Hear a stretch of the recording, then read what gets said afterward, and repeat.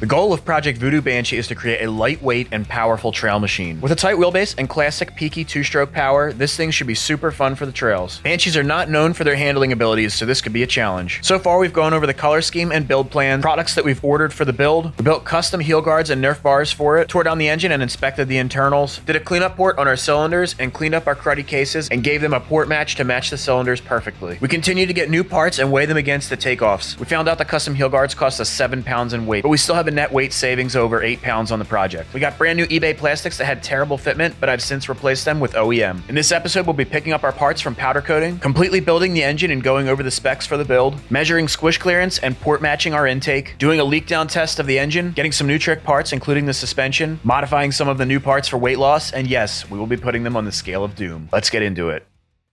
It's a big day, guys. We're headed to pick up the powder coated parts. Almost everything is ready to go together, so the assembly time is right around the corner. All right, so we're pulling in the bonehead right now.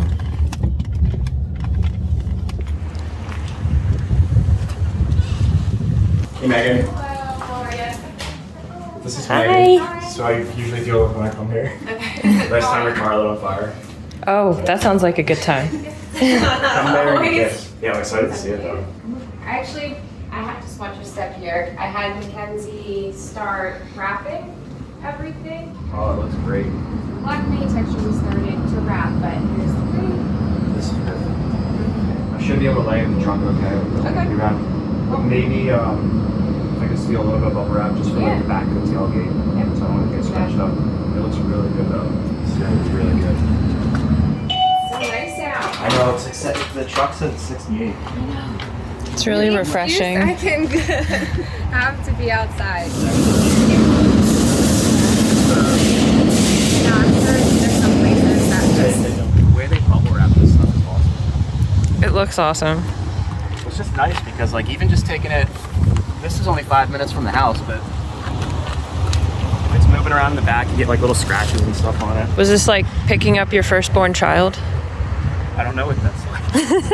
I don't want to. But yeah, I mean, it looks really cool. I'm happy with it. It's always exciting. Yeah, I mean, I feel like you're more worried about dropping that than people are worried about dropping their babies. People drop their babies all the time, and they're fine. I think Mom said she dropped me. She dropped both of us. She must have dropped me extra hard. Gotta put the seatbelt on. Did you bring a helmet for it too? Isn't that funny? Like, this thing is literally just gonna be beat up. Like, we're gonna be smashing it over rocks and beating the crap out of this thing, but like today, it's getting babied. Listen, it's always like that up until it gets its first scratch. Then after that, it's fair game. It's like when you get a new phone. Oh yeah. Phone breaks in quick though, because you have it all the time. That should be good. I don't know, you might want to make it a little tighter. Maybe put some more foam padding in there. This is the color wall. I've mentioned this in other videos. Whenever I come here, it always makes making a decision really hard. Because you think you know what color you want, and then you see this wall, and it's just like oh, like it's just You know, so many colors. ladies will relate to the nail salon and trying to pick the color for your nails. Is that what it's like? It's exactly what it's like. It's overwhelming sometimes. Is getting your stuff back from powder coating not like one of the most exciting things you can possibly do? At least when you're into building your stuff. Check out this frame. Super clean. It's gonna be hard for you guys to see, but there's a little bit of a metal flake in this. Oh, you can kind of see it, but there's a little metal flake in there, and the plastics have a metal flake in them too. So it should match perfectly. It's called Sable 2, that color. I went ahead and put the chain rollers on. I couldn't help it. And these are titanium nuts. If you guys have noticed, I've got quite a few nut tricks. Those things look freaking awesome though, man. Everything is just looking sweet. It's really cool with these Pro Peg mounts on there. Now that everything's the same color, it looks legit. Now check this out. This is something I really wanted to point out about attention to detail. This is where the rear brake goes, and you can see they masked it off. I didn't even have to ask them to do that. Same thing up here where the steering stem bearing and seals and everything go. They masked all that stuff up. This is cool too. Check this out. They mask off where the VIN is. and then that's clear coated, so that's not gonna rust. But you know, if you get your stuff powder coated, you can like never see the VIN again unless you grind it down. That's trick, man. I'm also excited because if you guys decide to send your stuff to Bonehead, if you mention my name, you'll get 10% off. And then the other parts are over here. Here is the Duncan bumper. I had this coated in what's called mini texture black. And you can see there's a tiny little bit of texture in there. And that's gonna be really nice for stuff like the bumper because it's grippy. So if you're picking up the quad and moving it around, that's gonna be really nice. Did the same thing on the Alba steering stem. That looks really, really good. Here's the swing arm. I did put the chain slider in here, or chain guide, I guess you could call it. And I also got these titanium bolts. Dude, check these things out. They're called burnt blue. And titanium is 45% lighter than steel. Look at these freaking nuts, dude. Are those crazy looking or what? Super stoked though, man. And then you can see I actually cut more weight out of this thing. This big opening back here, I cut that out.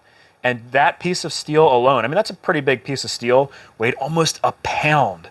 Cut almost a pound out of there. And then check this out, man. This is a Mod Quad carrier, and I went ham. I went ham with the weight savings on this thing. You can see I drilled it out. You can see how these holes up here are deburred, and it just looks professional. And then if you look at this side, on the inside, you can see there's little burrs and stuff, and it just doesn't look clean. Now, I got up on this side. That one's all good to go. And I couldn't get in there before, but I just got this tool in the mail. This is your traditional deburring tool. These things work great, but it's real tight in here. I mean, I guess you could come in on an angle, but it just wouldn't, it's not gonna be as clean and as uniform. And then a traditional 90 degree is not gonna fit in there. There's no way. So I do have this mini one right here by Irwin, and this is super low profile. You can see all the space you have. The only thing is it's got a hex jaw, but I found these ones that have a hex bit, so it'll pop in like so. And now we can go in here and we'll be able to clean those up. See, just like that, it looks way cleaner. Just a nice little nifty tool I wanted to show you guys. I actually posted a picture of this on Instagram, and a couple people were like, man, I don't know about doing that. Like, is that going to compromise the structural integrity of this thing? And I mean, that's a good question, but this is nothing new. So it's just something that I guess a lot of people don't share. But you can actually go on Mod Quad's website, and they make specialized carriers that are specifically for drag racing that are actually even more drilled out than this. I'm going to post a little picture and I'll link to it. Those would be super trick for drag racing. I actually had Mod Quad specially machine this one. You can see in the middle where it's machined out.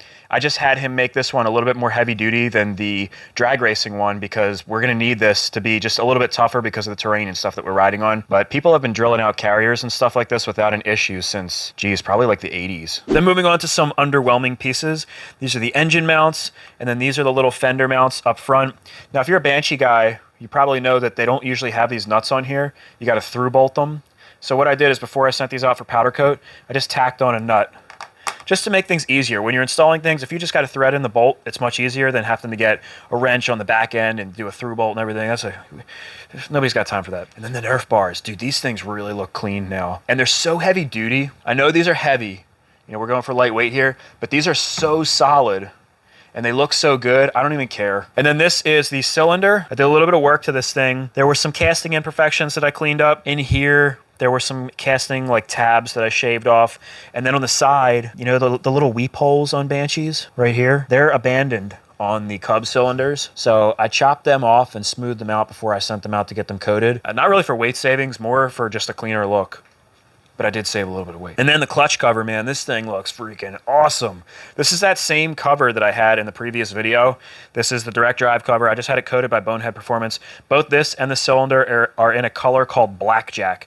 It's just like a matte black, and it looks perfect, man. And then I've got all titanium hardware in here. These are all titanium as well. And then I did get a new piece of Lex in here, but they sent the wrong piece. I wanted a blank one, and they sent one with the direct drive logo. I want to put my logo on there. So they're sending new ones, and I actually had them sent directly to a subscriber. He's going to be etching my logo on there, and it's going to say Voodoo Banshee. I'm hoping that gets here before I finish up the engine, because I'd like to have the final engine videos and pieces with my logo on there. That would just be awesome. But if not, that's okay. We can always switch it out later. So speaking of that, I do have all the engine parts laying out, and I'm ready to get building, man. Let's get started with the bottom end.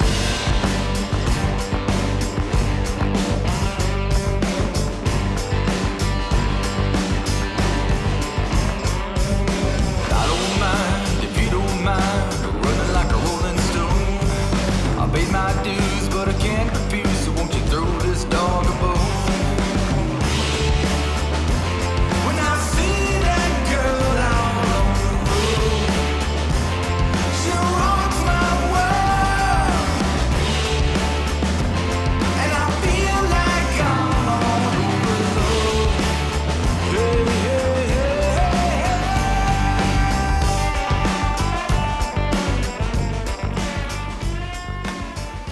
right, so here is our shift drum. This will be going in first. This will slide right through the side. There we go, no problem. As you're installing your engine parts, you want to be inspecting everything. If you see anything that's messed up or needs to be replaced, you're going to want to take care of it.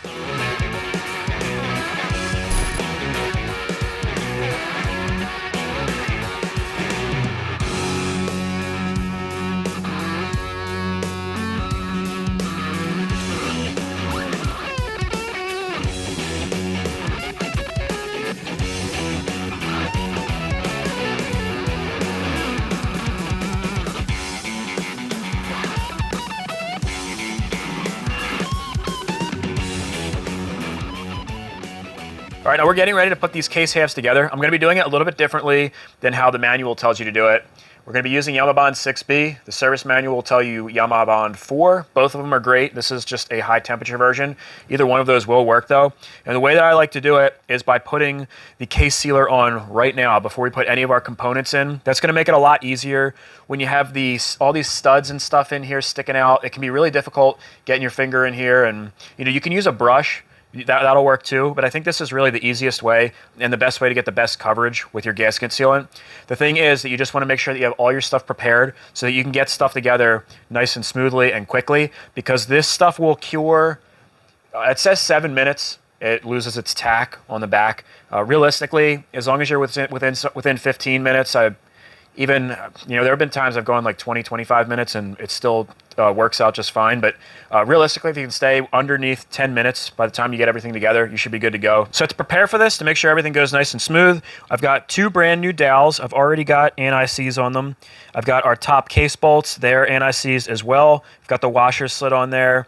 We've got the bottom. These are these nice 12-point nuts from BP Racing, but they're ready to rock and roll for the bottom. And then we've got our case studs right here, and you can see I've anti-seized those as well. Now, if you're going to follow the service manual, they actually want you to red Loctite these into the case. I like to use anti-seize, makes removal really easy, and I've never had a problem with them backing out. I've also got 2 nuts handy because we're going to use these to tighten down a couple of these studs. And then moving over to the crank and the transmission, I have our new seals right here in place, and I've got our countershaft collar. You just want to make sure everything is out and ready to go. We're going to grease the inner lip of these seals beforehand and put this one in place on the transmission, and we'll put our crank seals in place on the crank.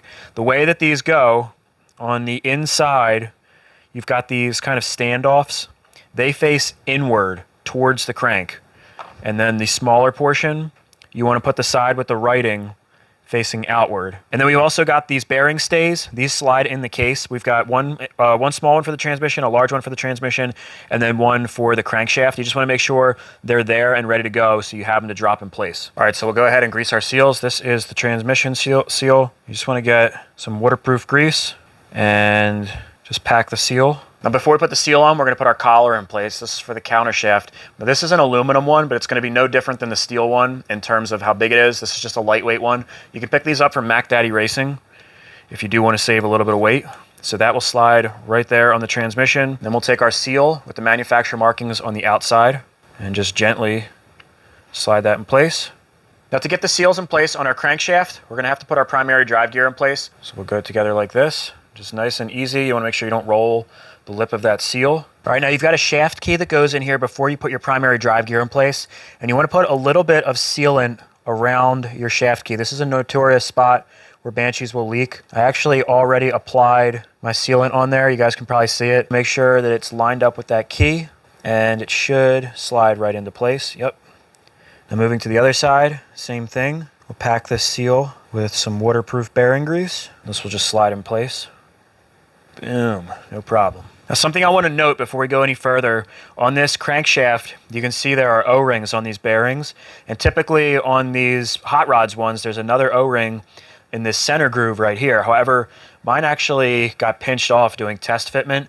Now, you can get away with that. Those O-rings keep these things from spinning in the cases, so they can actually run without that. But to take place of that O-ring, you can replace the O-ring, or you can put a couple dabs of silicone around the outside of this thing or in the cases, and that'll hold that in place. So that's what we're going to be doing. And I'll just show you guys on another crank here. This is a Driveline Performance. You can see this one has 4 O-rings. So depending on what kind of crank you have, you might have a different setup there. But if there's O-rings missing, specifically for this center one, you can get away with just putting a little bit of silicone to keep this from moving when the engine's rotating. Okay guys, so I have my gasket sealant in place. Unfortunately, my camera did not record the entire scene, but you can see I've got all the gasket material on there. I like to lay it on in a thin coat and then dab it with my finger, and then that kind of gives it like a little bit of a thicker coating. I like to do both halves here, and I do like to put it in where all of the seals go. That's not in the service manual, but I like to do it that way, and I usually don't have leaks.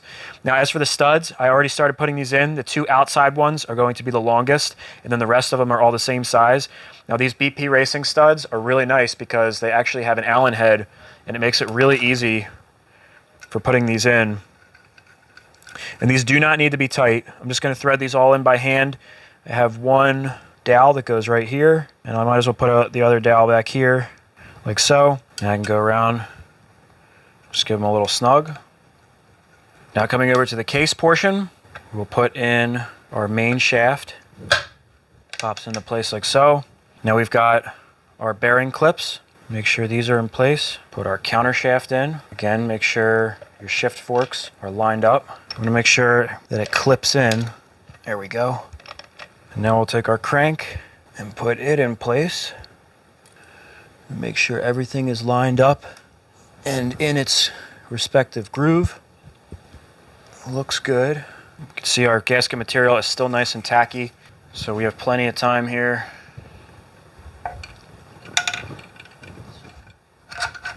There we go. And now I'll prop this up so that we can get this case to drop down, because those studs come out the bottom. Now I'll put the top bolts in place, and there's really no special technique that I use for finding which one of these go where. Basically, I just place them all in, and you want them all sticking out about the same amount, and that's how you know you got them in the right holes. If the cases are not coming down nice and evenly, you want to stop, because that means you could be forcing something. All right, now we can put these nuts on the bottom, and just like with the bolts on top, I'm going to go in a crisscross pattern. When it comes time to actually tightening these, I'm going to start in the middle and work your way out.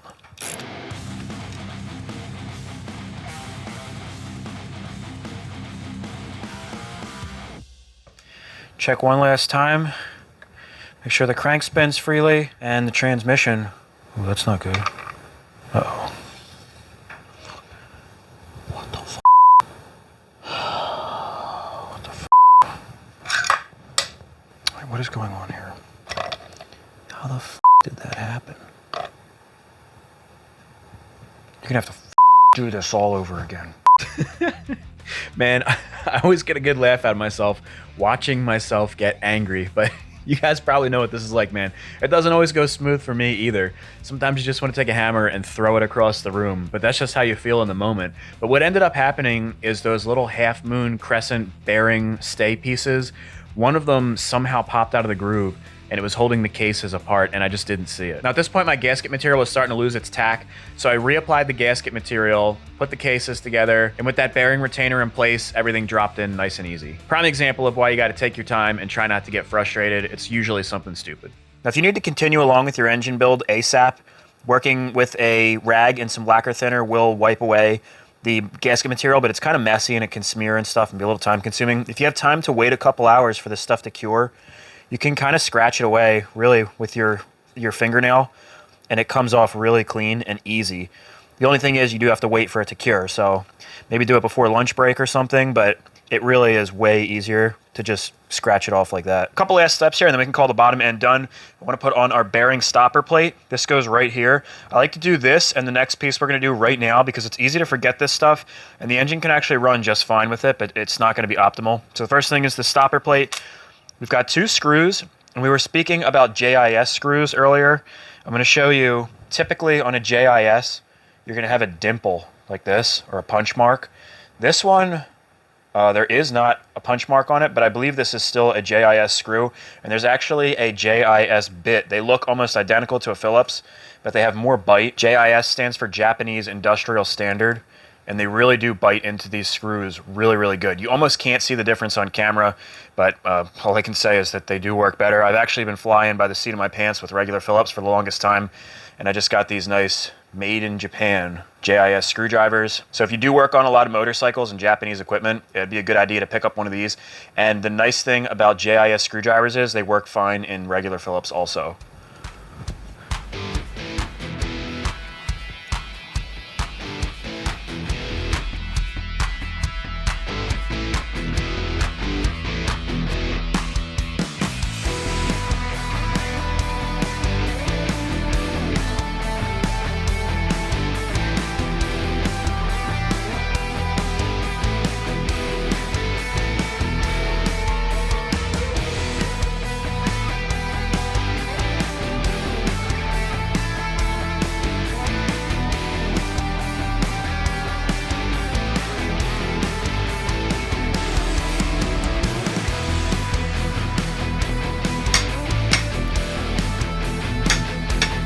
Good.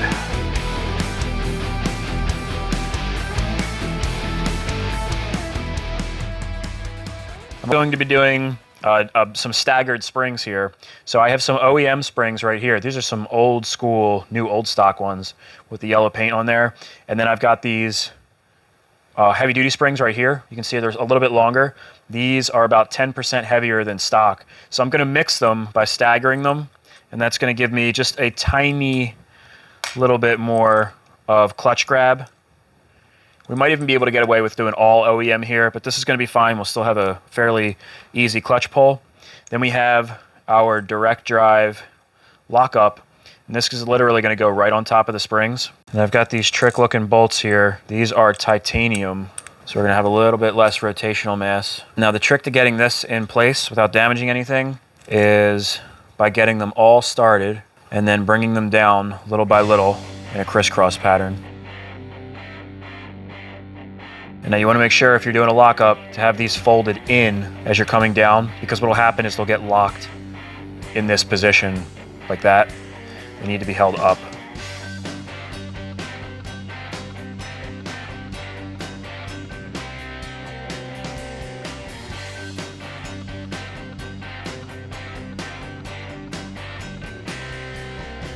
Oh man, now we can put this thing in place. This thing is going to look so sick.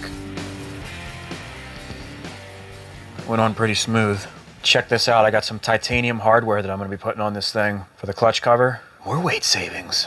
We've got some more aftermarket stuff here. This cover is made of billet aluminum. The OEM one is going to be steel. And what else is nice about this one is it's got a little drain bolt right here. The OEM one, there is no drain bolt. The only way to drain it is either by pulling the cover off entirely, or you just pull your hose off and, you know, coolant kind of spills all over the place. So this is a nice upgrade. And we're also using aluminum screws. So there's some places where you can use these things and actually, these are plenty strong, and this is one of them. Then we've got our water pump cover. It's holding this up. It's f***ing that. All right, well check this out. This custom drain right here actually sticks out just a little bit further than the other bolts, and it's preventing me from getting this cover to seat 100%. I mean, you could probably just put it on there like that, but we don't want that. So this is pretty thin. I don't know that I could really like grind a little, you know, portion for that to fit into. I'm gonna see if I can find an even more low profile bolt that'll fit here. It's such a small amount. I think you can see here exactly where it sits. I think if this whole thing is this thick, even in this portion, we'll be able to take just enough out. And if I have to, I can just shave the top of this bolt down just slightly, and that should make it fit. All right, I'm gonna use this little aluminum burr here, and I'm just gonna go very, very gently.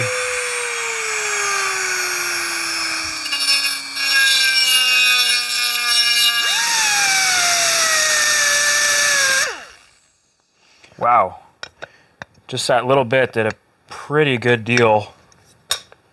Got to take a little bit more off, but that definitely helped big time. All right, check it out, guys. I found two things that might work. I found these ultra low profile bolts. These have a head that is 1.75 millimeters thick. So I measured this bolt right here, and it is 2.5 millimeters. And I think taking it down to 1.75 millimeters would work. So those should work. And then I found the sealing profile, which actually it says no profile, recessed bolt, and it says sealing screws. So I read this is like a nylon sealing that is supposed to seal out liquids. So I would imagine these would probably work. They're both fairly inexpensive. It's 12 bucks for, you get 8 of these. And then I think these other ones that I already have in my cart, you get 4 of them for $12.95, but they're titanium, which is pretty cool. I would have to cut those down, though. They're a little bit too long. So I think I'm just going to order both of them, and then when they come in, we'll see. They'll definitely work. I don't want to take any more out of this cover. We're going to end up going too far, and then that cover is going to end up being ruined. I just don't want to do that. So I'm just going to throw the cover on without the bolt in there for now, and just continue moving with the engine.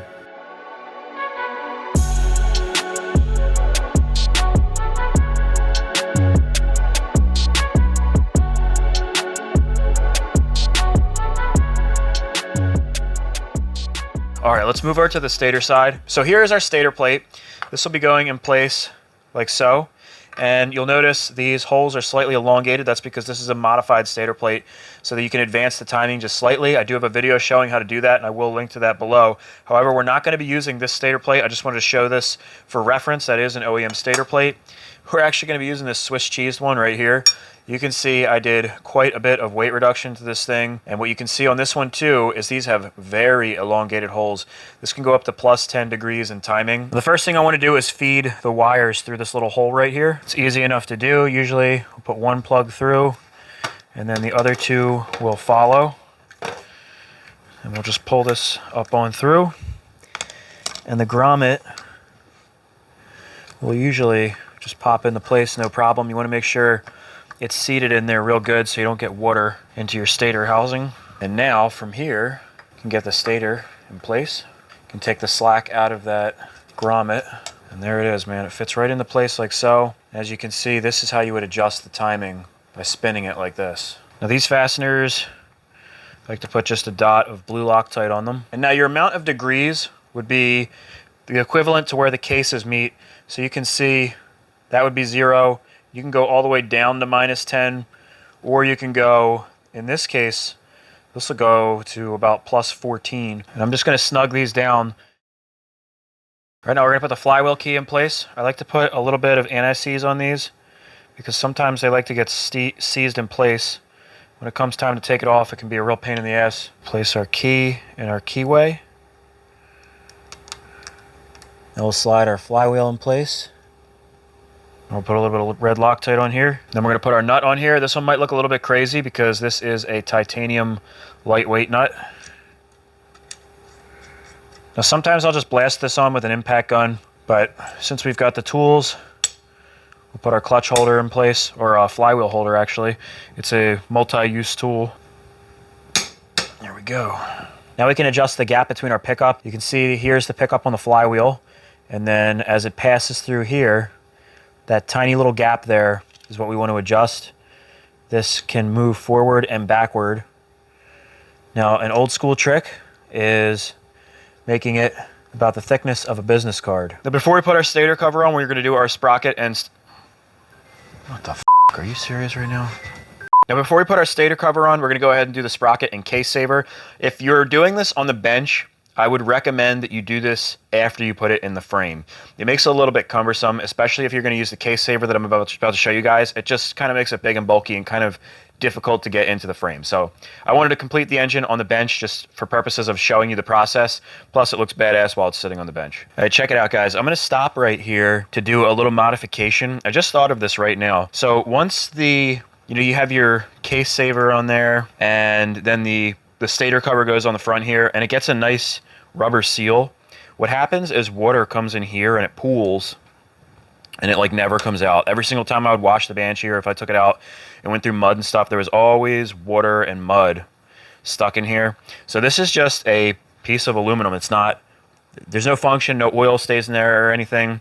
So I'm going to drill a hole right here as a drain. I can't see any reason why that would damage or compromise anything. So I'm just going to go ahead and right in the center there, drill a hole. This definitely would have been a little easier if I thought of this sooner before I started the assembly. But I think we can manage to do this without a problem. I'm just going to eyeball this, try to get it just about in the center here. Before I start drilling, I'm gonna cover all my stuff up here just so we don't get metal shavings and anything that we could mess up. And then I'll vacuum this out too after we're done. You just have to be careful that when the bit goes through, it doesn't catch, you know, whatever you use to cover. But even if it does, as long as you stop soon, you'll be all right. Woo, that's what I was talking about right there. Then we'll hit it with the deburr tool, clean it up. Then we'll come in here, we're gonna use our trick little tool again. This thing's coming in handy. Boom. All right, check it out, guys. I got both of these holes in here. I ended up coming back in and putting this extra one in place just because there's another tiny little place right there where water just ends up piling up and sitting. So I didn't see any harm in drilling a hole right there. I tried to put them as big as I could. I mean, I could have made this one huge if I really wanted to. The reason I did that is in case like pebbles or anything gets in there, it's just less likely that those things are gonna get clogged up. You guys will have to let me know in the comment section below. Do other people do this? I feel like somebody else has to have done that, because even if you have a stock setup on a Banshee, those things always fill with water. You can't drain them out. So if you haven't seen one of these before, it's probably looking pretty crazy. This is a DRW case saver. I run these on every single machine. If it's available for the machine I'm doing, I'm getting a DRW. These things are notorious for stopping case failures. The way that they fit on here, it fits the form of the case. So even if it's not bolted in place, it doesn't want to go anyplace, and that's what really prevents it from damaging the case if you break a chain. It won't bunch up inside here because of how form-fitting this is. It's all I've actually broken chains specifically with the Banshee, and it doesn't bunch up in here or anything. It spits the chain right out the back, or actually down the bottom. But these things are absolutely great. I definitely recommend them. Before we put that on though, throw our sprocket in place. We've got a 15 tooth, and then you've got a locking washer. I recommend putting a new one of those on, but these can be reused. Then I've got a lightweight billet sprocket nut. This is from Mac Daddy Racing. Saves you a little bit of weight and rotational mass. I'll have these linked below. All right, now we can install our case saver. These just get snugged down. Oh yeah, check out this sweet brand new stator cover. This is compliments of BP Racing ATV. They saw the old Grody one I was working with, and they said, man, you can't build that engine without a new stator cover. So if you're looking to pick one of these things up, they do carry them. This is brand new OEM. If you're planning to use one of these with the DRW case saver, there's a section of this case cover that you need to remove. I've already cut mine down. This is the cutoff piece right here. It goes like so. I think this is actually a portion of the original chain guard, but that's totally obsolete compared to the DRW. So I just cut that down with the Sawzall, smoothed it out with the cookie wheel, and that looks really good. When this slides in place now, it would typically hit the DRW case saver, but now it fits perfectly. We've got our gasket right here. I've got a little bit of dielectric grease on it. I'm just gonna rub it around the edges. This helps keep the rubber in good shape, lasts a little bit longer, not dry out, and it also has a sealing effect. And I have cut mine down a little bit to stop right here because I have case damage, and there's actually a portion of case that's usually right here. However, mine cracked off long before I even bought this thing. This gasket I'm gonna put in place on the cover first. It kind of like clips in place. There's a groove, and the cover fits into it, holds it in place. Put our new stainless steel hardware in place.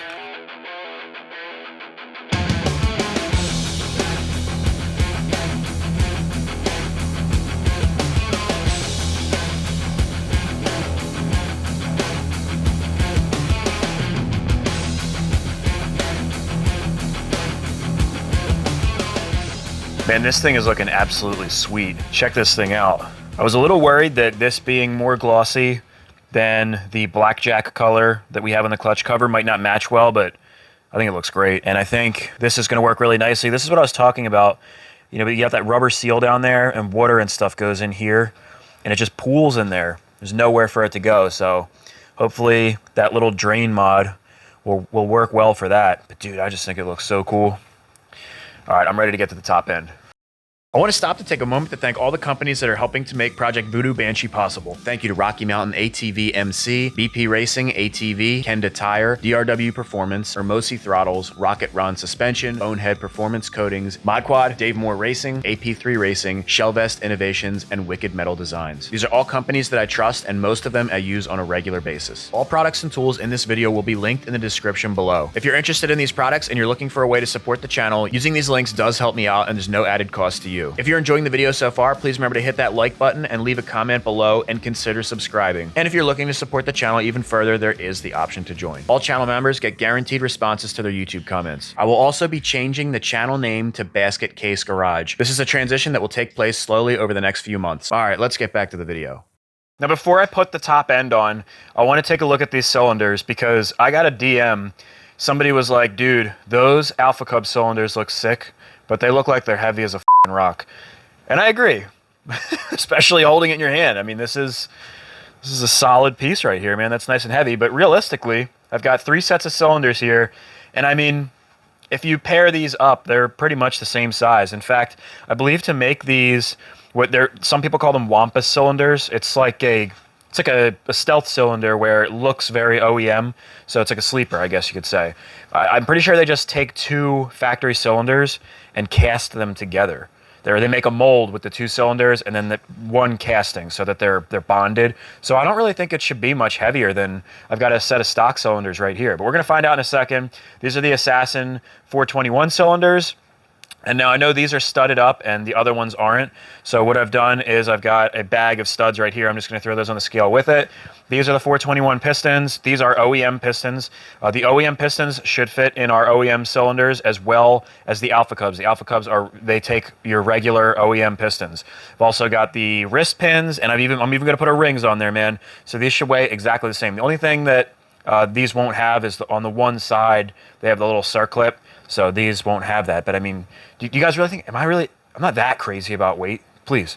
So we'll go ahead, measure these up, and we're just going to see what they weigh difference-wise as an assembly, whole top-end assembly. So I've got the scale of doom here. It's just waiting to take its next victim and bestow the harsh realities of gravity upon it. And we're going to go ahead and we will start with the 421. Oh, we're stuck here. All right, we got the cylinder centipede going on. I'm going to throw this, well, I guess we're going to put this one right in the center. The cylinders themselves with the studs, 6 pounds. Let me put this in something that's more easier. 6.346 pounds. Throw the piston and rings in place. Come on, get in there. 7.448 pounds. So that is the Assassin. Next up, we'll do stockers. Dude, these things feel super heavy. My God. You know what it is? It's the sleeve. So both of these are Nicosil coated. If you guys don't know what that is, basically a cylinder typically has a steel sleeve pressed in, and that steel sleeve is heavy. These just have a Nicosil coating, much lighter. You can feel, I mean, look, 7.480. So without the pistons or studs, that's heavier, I believe. It was very close. So let's put the pistons and stuff in there and see what the difference is. I bet you these things are probably considerably heavier. Oh, we are tacking on the weight.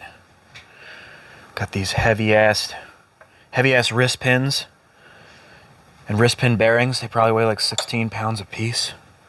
Whew, getting up there. And then these studs. Oh, wow. 9.036 pounds. What a difference. Pound and a half, and you're going stock bore as opposed to the 421. I mean, do I need to say any more? Why would you not get the Assassin cylinders? All right, let's take these junkers off. So just the pistons, wrist pin, and the studs alone weigh 1.556 pounds. Let's go ahead and throw these cylinders in place. Oh, can we beat the Assassin? Oh my God. 7.992. What were the Assassins? 7.5? Something, it was like 7.49 or something like that. So it's about a half a pound heavier. It is a little bit heavier. I'm wondering if that's because, you know, you have a smaller bore, so naturally you're going to have more aluminum there. And I think that takes up a little bit more. You know, the piston's going to be smaller than the Assassin pistons, but not enough. I mean, the cylinder's a bigger unit, so that's probably where that half a pound comes from. Not that bad, man. I wouldn't say that it's heavy as a rock, but that's what they weigh, man. Okay, so we're gonna set up our pistons. The first thing we wanna do before we do that is check our ring gap. So essentially what we're doing is checking the gap between these two rings when they're compressed in the cylinder. So first and foremost, take one of these rings with you wanna have the marking facing upward, just as a rule of thumb with piston rings, pretty much in every case. We'll put that in there. You can see they're not laying even. You know, you could just like press it down with your finger and stuff, but the right way to do it is to take your piston, because you want that ring to be nice and even when you take your measurements. You do that, you're gonna come up from the bottom, and when you push up, that's gonna make it nice and level, and you'll get an accurate measurement. Now, as another rule of thumb, you typically want about 4 thousandths per inch of bore in diameter. So you really don't need to be super precise with this, unless you're doing like, you know, super racing stuff. But I mean, you can literally use just a regular ruler here, get the approximate. These are almost exactly 2.5 inches, it looks like. Or if you want to get anal like I am, we will come in here with a pair of calipers. You can measure the exact bore. Wow. It really is like exactly almost 2.5 inches. So we have, if it was a 2-inch bore, that'd be 8 thousandths. So a 3-inch bore would be 12 thousandths. We'll come back down to 2.5 inches. That would be 10 thousandths is what we're looking for in this tiny little gap right here. So we're gonna take our feeler gauge. We'll find 10 thousandths. And this is really, you just wanna make sure you have at least 10 thousandths. If it's tighter than this 10 thousandths or whatever you know it is for your bore size, you're gonna wanna shave a little bit out. We're good to go. That fits nice, that fits in between there almost with no drag. So that's probably got like 11 or 12 thousandths. Perfectly okay. The important thing is that it's not too tight, because with these ring ends, what's happening when the engine heats up, they're gonna expand and they're gonna get tighter and tighter. And if your ring gap isn't large enough, it'll start to, they'll butt up against each other. And they start to deform, and that can cause premature engine wear, and it can actually cause catastrophic engine failure. This is a super easy step.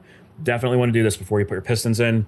Make sure you check all of your rings. Now we'll ring up our pistons. So these are Wiseco pistons, and you've got 2 pins. They're called locating pins, 1 and 2, and that is where your ring end will go. And again, you want to make sure that marking is facing upward. For these pistons, the top and lower ring are both the same, so you can't mix them up. What I like to do is get that one end started and just kind of walk them in place. I'm going to try not to scratch up the top of your piston. If you do, it's not the end of the world. And just kind of slowly get her in there. Nice and easy. And then you just line it up with that locating pin. Same thing with the top, making sure that logo is up top. Walk her in place. Now the other thing I like to do with my pistons before I put them on the connecting rod is I take one of these circlips and I'll put it on the inside. What I mean by the inside is, so your piston arrow is here, so the piston's going to be facing this way. Now if we take our other piston and put it next to it, since this is a twin, both of these are going to be inside. These ones are going to be outside. So these inside ones are going to be a little bit more difficult to get to. So I'll do these on the bench, and then you can slide your wrist pin in from this side. It'll butt up against that, and then you only have to do the outside one. It just makes it a little bit easier. You don't have to do this. And the other thing, it's another rule of thumb kind of deal, is you want the opening of your wrist pin clip facing either upwards or completely downwards. You don't want it sideways. In smaller bore stuff that reaches really high RPMs, believe it or not, this is super rare. I don't know that I've ever seen it happen, but apparently, especially with like 85s, 65s, really small engines that get super high RPMs, from the force of the engine rotating so fast, these can actually compress and fall out. I shit you not, man. So just as a rule of thumb, you want the openings facing upward or downward, and then that won't happen. So we'll go ahead. Oh, geez. And I'm never going to find that. This can be a little difficult doing it in front of the camera. Usually I have this resting up against the bench. You might want to put on some safety goggles when you're doing this, because I have had these things literally fly out and hit me right in the eye, and it's just not good. So eye protection is a good thing. There we go. Just make sure that that is nice and seated. The last thing you want is for that thing to pop out, and you can see I've got it in the 12 o'clock position. This one is good to go. All right, let's get our pistons in place here. It's a good idea to stuff your cylinders so that if you drop that wrist pin clip, you're not digging through the engine, because, you know, if you have to tear this thing down just for that clip, you're going to hate yourself. So we'll go ahead, put our wrist pin bearing in place. I'm going to put, this is just 2-stroke oil. It's Beanol. I like to use this as my assembly lube for the top end. Just fit that in the rod, roll it around. There's a little hole in the top, lubrication hole. Make sure you've got plenty of lube in there. You can't use too much. Well, I mean, I guess you could dump the entire thing filled with oil, and that would probably be too much, but Now we put a piston in place. I have to say this, there's the arrow that means face forward. I've seen people put them in the wrong way. If there's no arrow, usually these little piston ports are going to be facing towards the intake or the back of the engine. So we'll just place this right here. You want to make sure that you grab your piston with the clip on the inside. Just line that up. Slide your piston pin in. Boom. Easy. All right, let's see if we can get this ring in. See, that would have gone right into the crank. And if you can't get it out with a magnet, could be a problem. All right, we're clipped in place. And if for whatever reason you're not at, the top or bottom with that opening, you can take the screwdriver and push it. Sometimes it's really tight, but you can spin them. And these piston clips are one of those items that you don't want to reuse. If for some reason you're tearing your top end down and you're going to reuse your pistons, at least replace these clips. All right, almost time to put our cylinders on. I'm going to go ahead and put the base gasket in place. Just like with my other gaskets, I like to grease these up. Again, this is not a 100% necessary step. It's just something that's going to make it easier when it comes time to rebuild. All right, we're ready to put our cylinders in place. You want to make sure that your ring end gaps are lined up on the piston pins. I'm going to throw a little bit of two-stroke oil on both of the pistons. Now we're going to do the same thing with our cylinders. Get a nice thin film of oil all over the bore. All right, let's see how we do here. If it's not obvious, the exhaust ports go forward. I don't even know what would happen if you tried to put this on in reverse. These monoblocks definitely take a little bit more finesse than doing two separate cylinders. You just want to make sure you're taking your time with them. And then they do eventually slide into place, no problem. Man, I'll tell you what, sometimes getting these nuts on in the center is just so tedious, such a pain in the ass, man. If you have fat finger syndrome, I feel bad for you, man. There we go, 20 pounds. Once you get those center ones, man, the rest of them are going to seem really easy. All right, so we got some more contenders lined up for the Scale of Doom. You know we have to do this. We've got a brand new Mod Quad head. Huge shout out to Mod Quad for sending this out. Really nice looking head. Here is the Chariot that came off. The overall design is not quite as low profile as the Chariot. The Chariot's definitely very sleek looking, but I think the cool head from Mod Quad holds a little bit more volume. So this should actually keep it a little bit cooler. That may equal heavier. I don't know. We're about to find out in a second. When you get these things, you'll get your water fitting for your overflow. You gotta do that separately. I put a little bit of Teflon tape on there. Put that on and get her nice and snug. All right, here we go, man. I'll try the Chariot first. 2.564, solid billet. This already has the domes in it. Now we'll throw the Mod Quad on here. 2.288, throw the domes in place here. Oh boy, 2.842, I think we're losing. Now we can go ahead and put our cylinder studs in place. I've got these really nice ones from BP Racing. They've got an Allen head in the top, so they're really easy to install and to remove. I've got a little bit of anti-seize on all of these. Just makes it easier for when it comes time to pull them out of here. They won't be seized. And these just get snugged up. They do not need to be super ultra tight. And we're gonna load up our cool head with our domes and our O-rings. So these will go in place. You'll notice there is a little divot right here. Most cool heads are gonna be the same with domes. So this is a Mod Quad if you've got a Pro design. The Chariot is the same. Boss is gonna be the same. I believe NOS as well. They all have this same style. If you have a Trinity style head, it's gonna be a little bit different. If you got like an old school one or whatever. But anyways, you wanna line that little thing up, that little locating pin. I guess you could call it a pin anyways, right there. So that will line up right like that, just like so. Before you put this in place though, there are two O-rings that go in here. What I like to do to keep these in place is take a little bit of grease and just dab it in a couple places. So we'll just put this down here. That grease holds it in place. Now with a lot of these, it's a really snug fit and they actually need to be pressed in place. You can do it in a bench vise. Just want to make sure you have something soft in there so they don't damage anything. Make sure this is lined up, and then it's really something you want to be careful with. You don't want to force anything and cause any damage to any of your stuff. and just come in nice and easy. And you can see it's pressing right into place. You don't want to force it. If for some reason it doesn't want to go in, you may not have your locator lined up, but right there, that looks good. Now we'll do the same thing for our other O-rings.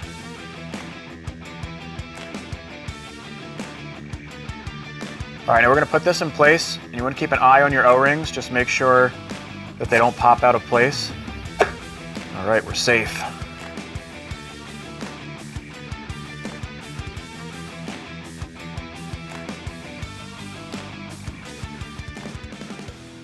Dude, this thing looks freaking crazy. Just look at that, man. It's like real gold, except it's titanium, and it's not gold, but it's colored gold. It looks awesome, man. I'm really, really happy with that. Before I get to the intake, I'm gonna see if I can get an accurate squish reading here on the bench. Normally I like to do this when it's in the frame because it's just way easier. You can actually kick it and everything's being held in place. So I have the engine clamped in the front here to the bench, so you can easily kick it over. And as long as I can get enough force with my hand here, I should be able to check the squish. And what I'm doing here is super simple. I'm just checking the amount of space between the top of the piston and the cylinder dome at top dead center so that I can figure out what kind of domes I need to do to get what I desire. So we have these pieces of soft solder. These will squish in between the cylinder and the dome and the piston. You put one in each side, and you want them on the sides. So they're both angled out to the sides because the piston can actually have a small amount of rock forward and backwards. So you want them out to the side. Now, doing both at the same time is typically more accurate in case for some reason there's just a microscopic amount of tilt in the piston. So basically we're just going to smash this with the piston, and then when we pull it out, we'll have the exact amount of distance between the squish band and the top of the piston. Now the biggest thing here is just going to be getting enough force on the Kickstarter, because sometimes, I mean, when you're kicking it, it's no problem, but you actually need a little bit of force to crush these things. Maybe easier from this side. Oh. There we go, I got it. Yep, we're good. So there's our solder pieces. You just have to make sure when you put these in that these are far enough that they're touching the cylinder walls. So now I'll measure these with calipers. All right, so I did both cylinders. You can see I have them labeled left and right. They should all be about the same. I'm gonna take a pair of calipers here, zero them out, and we're in millimeters right now. And we're at what? 1.97, just about 2 millimeters. So if we're at 2 millimeters, we can tighten this down so it doesn't move. Then if we switch this to standard, we've got 0.079 inches. That's a pretty big squish. That is plenty of room for pump gas, which is what those 22cc domes would have been used for. So I'll get these measurements over to Dave and we'll work out some custom domes. All right, now we're getting to the reeds and the intake boot. I've got some V-Force 4s. These are actually the takeoffs, and the reed pedals are in great condition, so I'm going to reuse them. And then I've got a UPP intake boot. It eliminates the crossover tube, and it's made specifically for 35 to, I think it's 34, 35 millimeter carburetors. We're running 34s, so these are going to be perfect.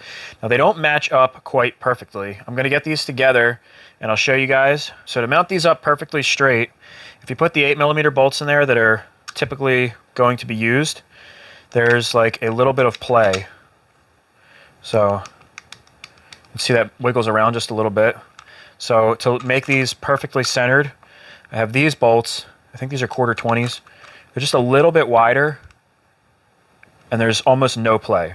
So I'm going to put those in opposing corners just so that this is nice and centered up, and then I'll be able to run these in and clamp them down. Before I even clamp them down, I want to remove the reed cage so it's easier to see in there what we're working with, and you'll see they're close, but they're not quite perfect. So this is a V-Force 4, and to separate these, if you get like a new reed pedal kit, V-Force actually gives you a tool. I don't have that tool, but you can use something like this. This is a Bondo putty knife. You can get this at Walmart for like $2, no joke. And what you do is you just slide it in here and press a little bit, and it'll pop. There it goes. And you can see it's starting to separate. And then that's what enables it to pop open. One of our reed pedals fell off right here. You can see these things are in really good shape.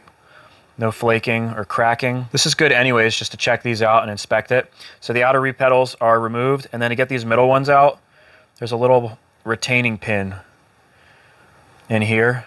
We can get that out with a flathead screwdriver or a pick. So if we come in here with the pick, you want to be careful not to damage your reeds.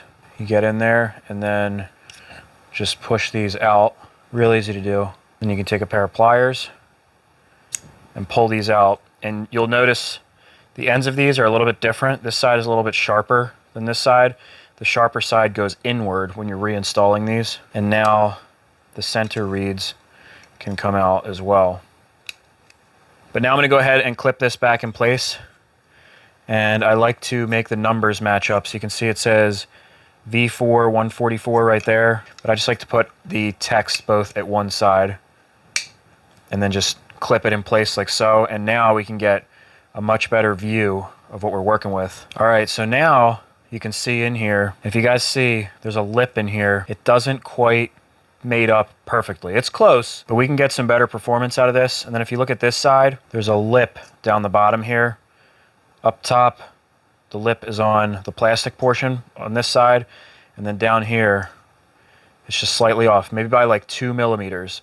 So I can keep this bolted together like this and get in there with a burr and smooth that all out. Now I'm gonna try to do this so that you guys can see, but it's kind of difficult to get the tool in there and show it on camera. But you can see that lip real clear right there. Just gonna go in with an aluminum burr. And you wanna try to taper this as best as possible. It's not just about making the lips match up. You want good flow, so kind of work it so that it ramps and then matches up perfectly. It's really not that difficult to do, but you want to take your time and just let the weight of the tool take the material off. You're not pressing down or anything. This plastic heats up really quick too, and it'll start to kind of ball up and like get chunky. So just take your time. You also don't want to work on one area at a time. Kind of keep the tool moving and slowly take the whole area down.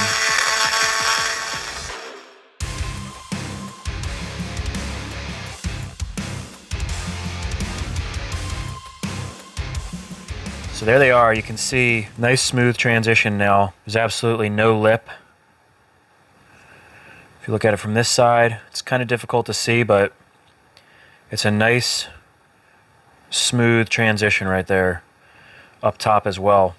So we can go ahead and assemble these, and they should have really good flow now. You'd be surprised, little stuff like that, it does make a difference. And there's the material that came out of there. It's a good bit. I didn't think there was that much needed to be taken out. And before I go any further, I'm going to take my etching tool, and I'm just going to mark these 1 and 2, so that if these are pulled apart, I'll know which one they're paired up with.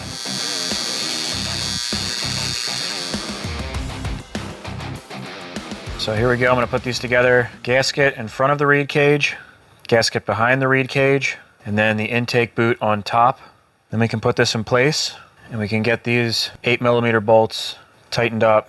I'm just snugging these down. They really don't need to be too tight. And in case you're wondering why this hardware looks so sick, so fresh, it's because it is titanium.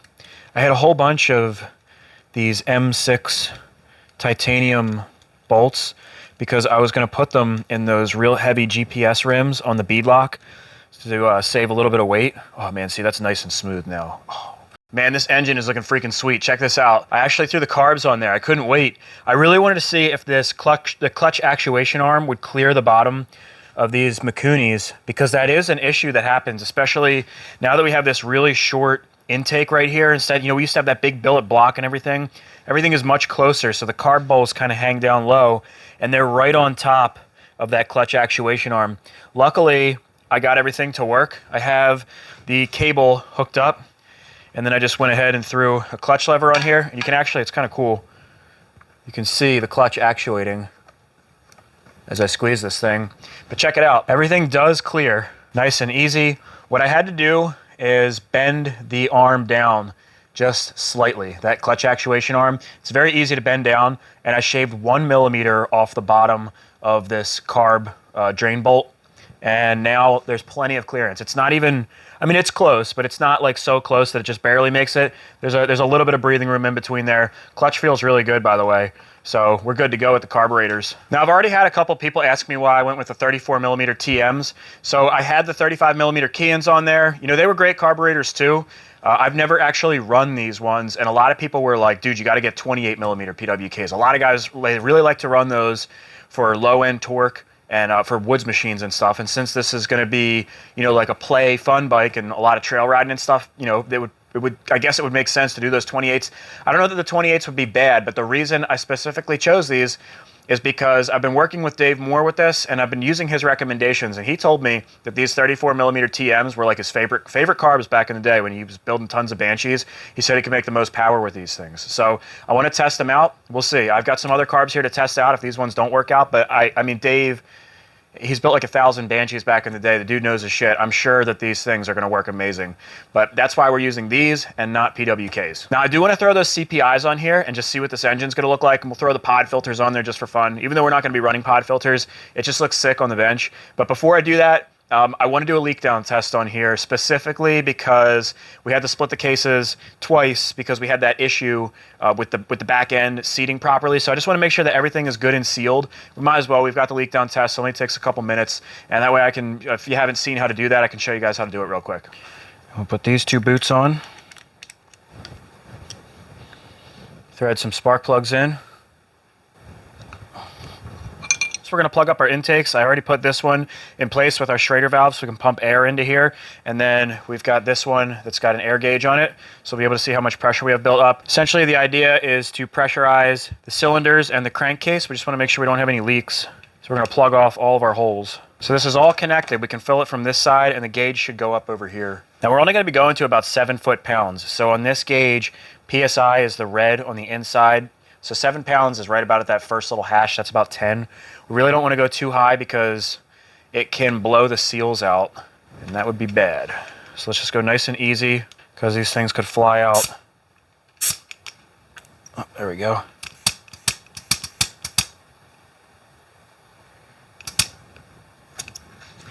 All right, that's a little bit above 6-7 pounds right there.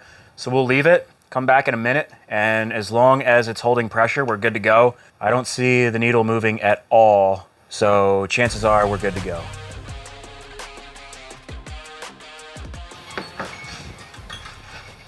Oop, there's the alarm.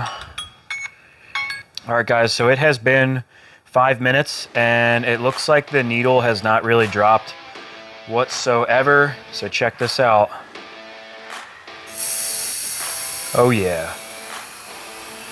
I think it's safe to say we've passed the leak down test.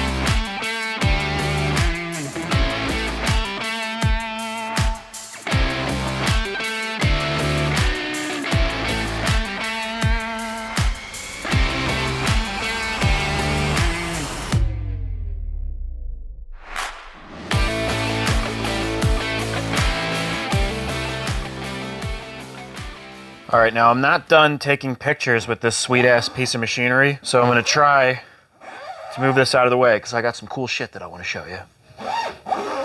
So we've got some super simple stuff here and some super complex stuff, but nevertheless, these are two really trick parts. We've got a skid plate right here. This is by Cased Plates.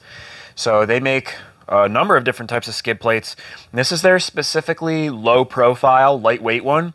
So this is only 3 millimeters thick, but apparently this thing is pretty damn strong and it's supposed to be good for most riders and even some light racing. We shall see. Anyways, we've also got this GPR steering stabilizer. Dude, this thing is freaking bad ass, but it is solid as a f***ing rock, and it is heavy too, man. So we're going to do some modifications on this thing real quick. Now, before we do the modifications, we need to pull out the scale of doom, because this is supposed to be an ultra lightweight skid plate, and we have to test it against the takeoff.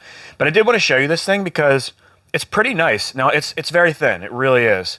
This is their 3mm version, but this material apparently, I'll be frank with you, I forget exactly what it's made from. I don't think it's a UHMW like the DRW skid plates. It's made of a different material, but I think it's comparable. The reason I didn't go with a DRW, because you guys know I love DRW, is because the DRW skid plates are like literally a ½ an inch thick. They're very, very heavy duty. They are great, but they don't currently make one for the Yamaha Banshee right now. And because I wanted to go super low profile and extra lightweight, that's why I went with case plates. Plus, I like to check out and see what other people are running also. So right off the bat, we've got a sign of a great company because they include the sticker, KP. Out the door, this thing was 90 bucks. It does come with mounting hardware. Very basic stuff. If you guys have ever run a GT Thunder skid plate, it reminds me a lot of those. However, they're a little bit different. I like that they have, I think this is just electrical tape, but it kind of runs down the frame rail, I guess like for a little bit of a buffer. And then in the front, they have this tongue. And right now it's zip tied, but you through bolt that. And this will wrap around the front frame rail. If for whatever reason your bumper goes below the frame rail, you can just trim that off. And I will say, they give you pretty thorough instructions. You know, I deal with a lot of aftermarket stuff. Some stuff comes with nothing at all. Other ones come with, you know, Chinglish, which, you know, it's just almost impossible to understand what's going on. But these things are made in Texas. I believe this is all USA made. And they're pretty good directions. Like, they're pretty intuitive, I have to say. So definitely give them a thumbs up there. They did a great job. So it'll be interesting to see how these things hold up. They don't rate these 3mm ones for like heavy duty cross country racing and stuff. They have thicker versions for that, but they do say that for most recreational riders, dooning, light motocross, and even very like basic racing, like entry level, this can actually fit the bill and work. Now, a lot of times they just cover their ass and they say stuff like that because if it does break, that way they can say like, oh, well, we told you to get the thicker one. This may actually do just fine for even you know, like a lot of racing. I don't know. We'll put it to the test though. And something else that actually is pretty special with this, and I'm a little surprised, is this has a lifetime warranty. So if you crack this, I guess, you can send it back. And from what it sounds like in the instructions, you just have to keep your mounting hardware, and you can actually chop this up and put it in the box and send it back. They just want to make sure that you're not reselling it, but it's got a lifetime warranty against breaks. So pretty impressive. All right, no more playing games. We got the scale of doom, and it's hungry for blood. So we have this, I don't know how thick this is, like a 0.125 or a 0.190 thick aluminum skid plate. This is what came off of the Banshee. We'll see what it weighs. Almost exactly 4 pounds. That's kind of crazy. And then I have the mounting hardware right here with got the bolts and nuts and everything in there. So almost exactly 5 pounds. I suspect that the poly one will be a little bit lighter. Get a little bit of weight savings. It better be. It better be lighter, or I'm not going to be happy. So the plate itself, whoa, 1.5 pounds. Wow, this is actually huge weight savings. And then the hardware, 2 pounds. Yeah, dude, that's a 3 pound weight saving. Holy hell, I'm impressed. I didn't think it was going to be that light. Man, we could actually go with the 6mm one of these. I would imagine that, I mean, the 6mm is probably twice as heavy as this. So it's 1.5 pounds about, just for the plastic itself. So doubling that up would be about 3 pounds, which is still a pound lighter than less than that. So we'll go ahead and we'll try this one out. And if this works and doesn't break, you know, shit, that's huge weight savings, man. Thumbs up for this plate. Since we're on skid plates, I figure we might as well talk about what's going on in the rear end too. So we're going with DRW Performance there. This is what I was talking about the thick material with DRW. This is usually what the skid plates are made out of. And man, that is just ultra heavy duty. Awesome if you need indestructible. I mean, like, this stuff is great. But we're going to be going with, this is their disc brake rotor guard, and then this is the sprocket guard. Now, I'm actually going to be running a different sprocket guard. This is a 4-lug design. A lot of guys convert their Banshee to the 4-lug. It's like the Honda pattern. And he sent me the Honda one because he thought I was converting, but I'm not. We're using the 6-lug. That one's in the mail right now, but it'll probably weigh about the same, so we're going to use this for comparison. Most of the mounting hardware is already in place. Otherwise, it just there's a couple through bolts, but I'm not going to include that stuff because we're not going to include the through bolts for the aluminum one that we're comparing it against either. This is pretty heavy too, so might get lucky. This is an XFR skid plate. And there are 2 holes drilled in it.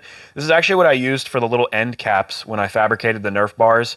I just cut them right out of this because I don't plan on ever reusing this or reselling it. It's been up pretty good and it's split, and I wouldn't really want to resell this. So it's a good piece of scrap aluminum. So anyways, whatever, man. Well, since we're not using some of the mounting hardware, we'll just call it even.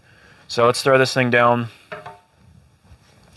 3.128 pounds, not bad. So the whole skid assembly that we had on there was about 8 pounds front and rear. All right, let's see what the DRW is. I don't know, man. I think it's a little bit lighter. So we got 3.18 to beat. Oh, dude, 2.606. We are losing weight, man. That's like another ½ pound. So we lost like 3.5 pounds in the skid, I believe. Yeah, that's what I'm talking about, baby. DRW encased plates. Man. Unfortunately, though, we're about to gain about 15 pounds with this solid piece of badassery, and it is solid, dude. Look at this thing. I mean, my God, this thing is huge. And this whole thing is like rock solid aluminum. There's no holes anywheres.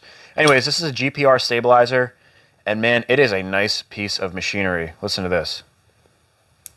Oh, is that nice or is that nice? It's got a really nice affirmative click. It just feels like really high quality. GPR is a really well-known brand. I believe they're pretty big in like the sport bike industry and street. So they've been around for a long time, and they have this one. It's called the Lowboy, and it fits into the Banshee frame. Now, it can be kind of difficult finding a puck-style stabilizer for the Yamaha Banshee because the way the radiator sits and everything, there's not much room. Like Precision doesn't make one, and this was one of the few ones that I could find that's actually made for the Yamaha Banshee. You can see it's got an adjustable link right here. Really, really sweet. You can get this anodized in different colors too. I went with black because I figured that would just match the build. It's always hard for me not to get like cool colors and stuff for parts like this, especially, man, this is pricey, man. This was 550 bucks. But it is definitely well worth it. You know, if you get something like a Precision, it's going to be a comparable price, but a stabilizer really saves your arms, and it can even help you with controllability of the bike. So I definitely felt like it was worth it there. I have the takeoff here. It's an old school Denton Racing stick style. There's really just no comparison. If you run a stick style and you haven't tried a puck, you got to try the puck style out before you can even make the comparison. There's just a night and day difference. I mean, this one, surprisingly, it still works. I mean, it does have some resistance. It's actually really tight, though. The steering was very tight on the Banshee. This thing probably needs to be rebuilt. But this is the takeoff, so there is a little bit of a comparison there. We might as well throw it on the scale of doom and see what we're doing weight-wise. All right, now there's no hope of survival here. This thing, you could literally club somebody with this and it'd be good night. This one is pretty lightweight. It's not exactly like nothing, but you know, I can tell there's no comparison. We're gonna have to do some mods here, or I'm not gonna be able to sleep at night. We got the mounting hardware in there and everything. 1.478 pounds, basically 1.5. And then this heavy-ass motherfucker, 2.774. So it's like 1.3 pounds heavier.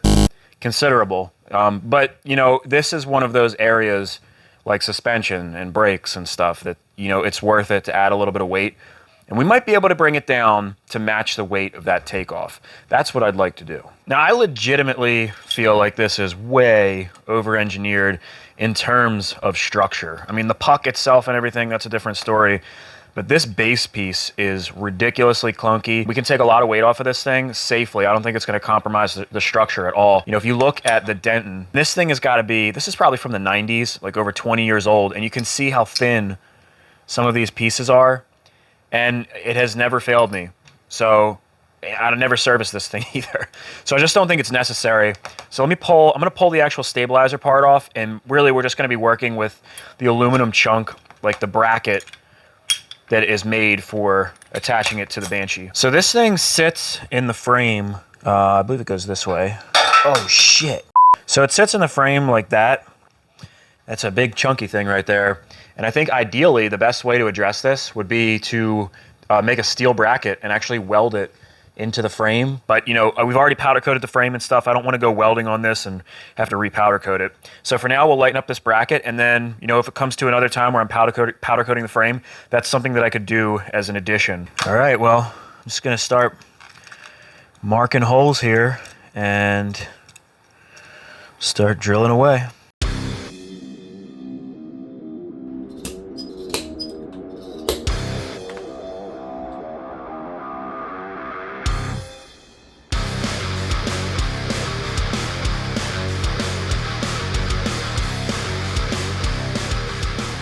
Holy cow, man. We did a ton of drilling with this thing. Holy shit. Look at that thing. This is truly one of a kind now, but it is significantly lighter. It's crazy just feeling it in your hand. It is really way lighter, and I don't think we'll ever have failures with this. I think it's just one of those things, like I said, that would be a lot more in manufacturing, and it would just boost up the price of this thing.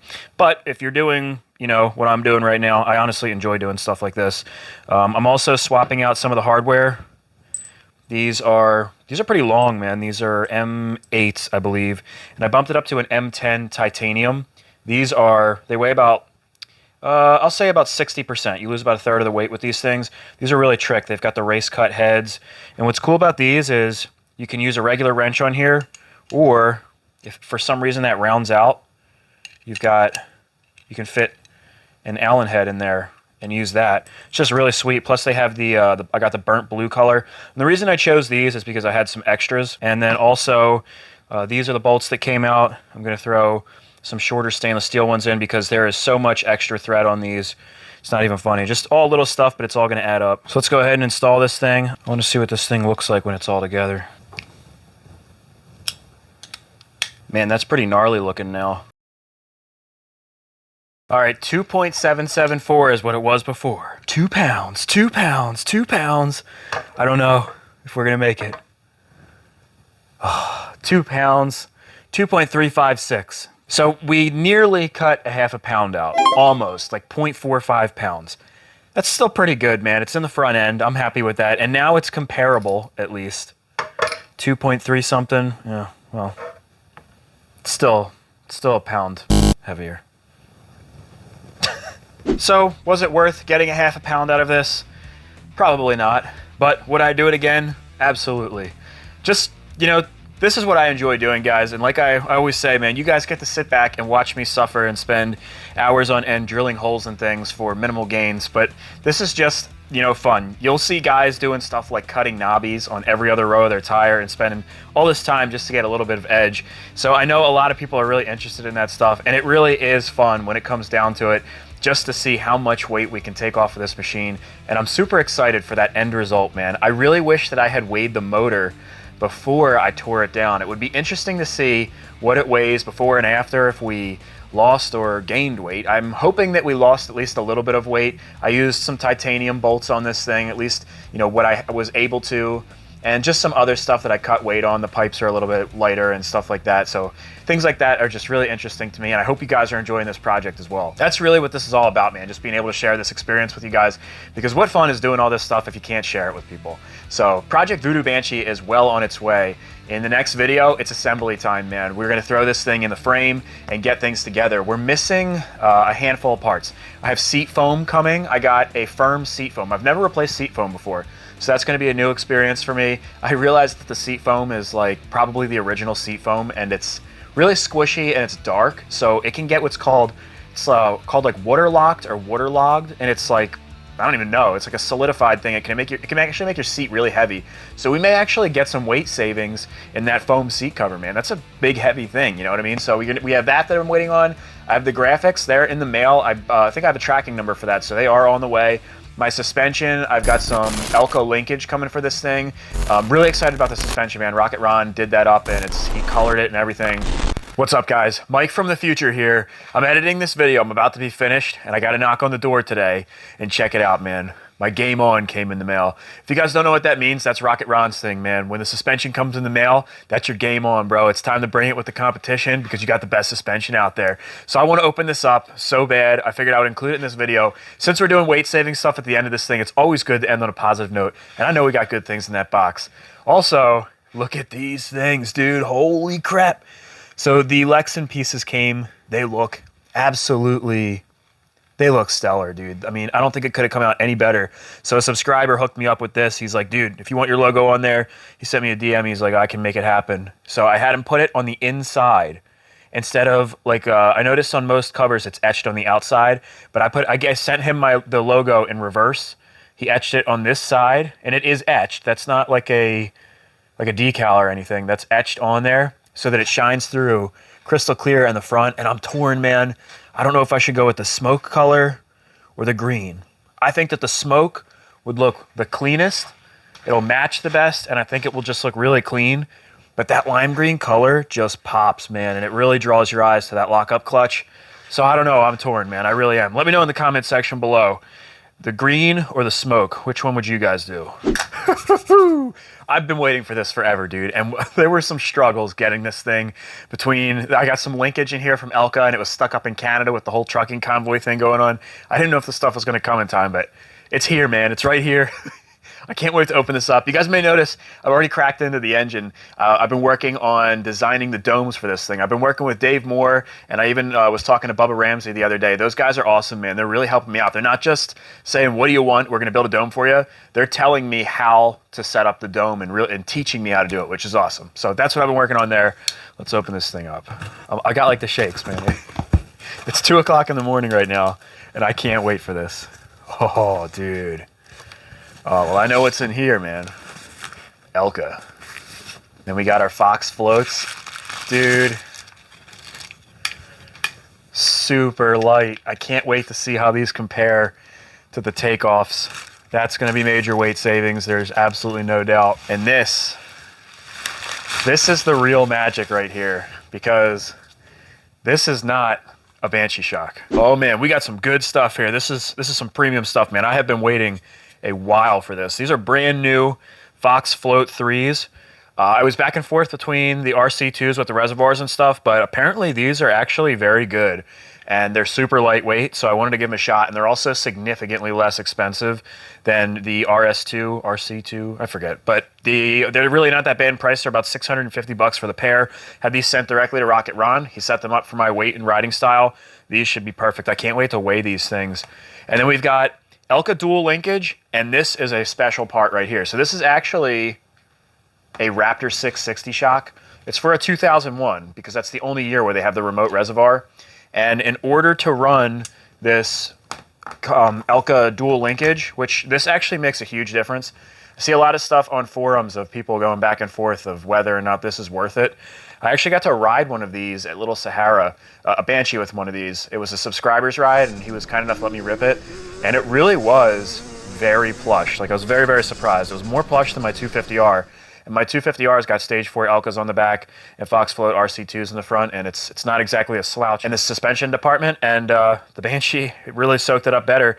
Now, these typically come with a longer shock, so if you're going to get this linkage, you're probably going to want to get it with an Elka shock, unless you've got a guy like Ron, so he's my suspension guy, and he was actually able to turn a Raptor 660 shock into the appropriate length. He made the reservoir cable a little bit longer, well, actually a lot longer, so I'll have no problem mounting that up, and it should work really well with this dual linkage. So I'm hoping that this will save me in that rear end with that -1 swing arm, because it's going to be tough, you know, delivering the power to the ground without doing too many wheelies and stuff, and I think this could actually help with that. Plus, you know, good suspension is just always going to help out. This appears to be all made of aluminum, and it's actually pretty lightweight. This thing has its own skid plate, man. Is that badass or what? So this is pretty lightweight, and then this is kind of heavy. This is actually made, it looks like it's made of billet steel. It is magnetic. It's definitely steel. So I imagine this piece takes a lot of stress. And now, the moment you've all been waiting for. Let's weigh these things. Now, in terms of the linkage, I think we're pretty much screwed, because this the link is just, this factory link is almost like half as beefy. It's crazy. It's got a little bit of weight to it, but there's just no way. Let's just see. 3.072, basically exactly 3 pounds. I'm going to say this one's like a good, at least pound heavier. I'm going to say it's 4.5. Oh, 3.7. That's really not that bad. 0.7 pounds heavier. I can live with that for the gain in suspension. All right, now I'm going to lose my mind if we don't have significant weight loss here. Now, I will say, these shocks don't feel as heavy as I remember them. I think it's possible that there's no fluid in these things. The performance on them sucked pretty bad. You know, these are great shocks when they're new. I mean, Alka's awesome, but you can see the leaking down there. I think these are full blown, man. These shocks are full blown. So that's definitely going to take it. That's going to account for some weight. You know, if there's no oil in these things, I think they're still heavier. But let's just find out, man. I'm just gonna find out. Oh my gosh, 10.270, 10.272 is what they weigh. So let's see if we can beat it. Can we beat it? These are definitely lighter, dude. There's no doubt. Yo, 6.076. I think I was getting in my head a little bit there. That's 4 pounds, dude. 4 pounds. So we gained 0.7 in the linkage and lost 4. That's a 3.2 net loss. I'm with it. Wow, 4 pounds saved in the front end there. That makes up for the linkage and the stabilizer and everything, man. Super awesome. I was expecting like 1 pound per shock. We got 2 pounds per shock we saved. Really impressive. Super happy with that decision. I can't wait to run these things. And the A-arms and stuff that I'm putting on too should save us a little bit of weight. Really freaking awesome. So I want to give Rocket Ron a huge thank you. If you guys are looking for any suspension work, hit up Rocket Ron at rocketronsuspension.com. The guy is awesome. You can get him on the phone no matter what you're looking for or whatever your scenario is. If you're racing or you have something like this where you need a custom shock made, the guy just knows his shit, man. I would definitely, if you're looking for suspension stuff, hit up Rocket Ron. So thank you, Ron, for setting me up. So that's going to be it for this one, man. If you guys enjoyed this video, please leave me a comment below. Let me know what you think about all these mods and everything. Give me a thumbs up if you enjoyed this content or if it helped you out in any way, shape, or form. Also, if you want to see more content like this, remember to hit that subscribe button. And if you're looking to support the channel even further, there is the option to join. I will see you guys in the next video. Peace out.